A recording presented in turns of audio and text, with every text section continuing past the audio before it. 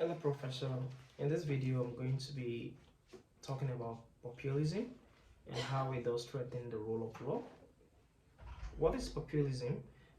It's defined as a theme-centered ideology that considers society into two homogeneous and antagonistic camp: the pure people and the corrupt elite. And this is actually something that is experienced world over today, whereby there is some set of people who control the resources of a nation, and there are the masses who long for liberation. How then does populism threaten the rule of law? It distinguishes between us and them, and by this distinguishing between us and them, populists fuel distrust in democratic organization.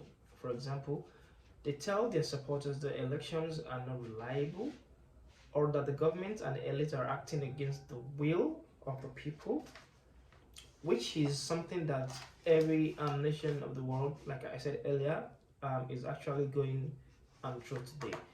While criticism of government decision is desirable in a functioning democracy, these narratives sometimes go beyond this and endanger democratic processes. If we look at the case study of Poland and maybe Hungary, we can see how populist governments subvert the rule of law. Taking in Poland, for instance,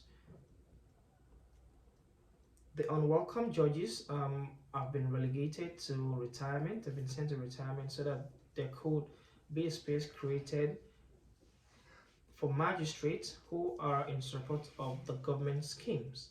And this is because they just want these people to consolidate power and to enforce law even against the objection of the constitutional courts. In Hungary, with the Hungary's Fidesz, the right-wing populist party, they come to power within the European Union. And the example strikingly demonstrate how much a state can change under the rule of populists. The policies of the Prime Minister of Hungary, Viktor Orban, and his party is characterized by a pronounced anti-elite attitude. These are people who, for one, are against the rich, the high and mighty in the society. They're also against the European Union.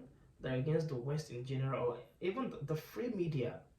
The populists are the people who mobilize against constituted authority, if we can put it that way.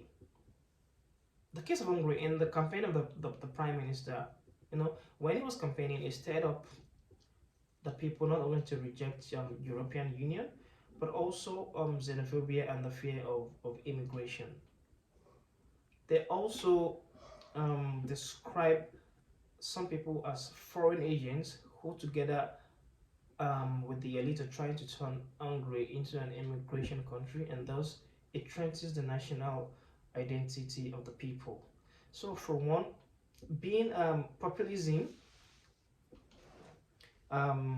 democratically elected political party, are originally there to strengthen democracy before undermining it, but populists are just like I said, they are all against constituted authority because they believe the people who are up there are not having the best interest of people at heart.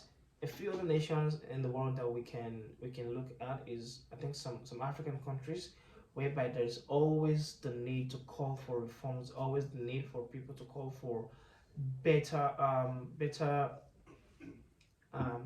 actions from the government to have the interest of the people at heart. So I think populists, by and large, really has played a very important role in undermining or affecting democracy. Thank you.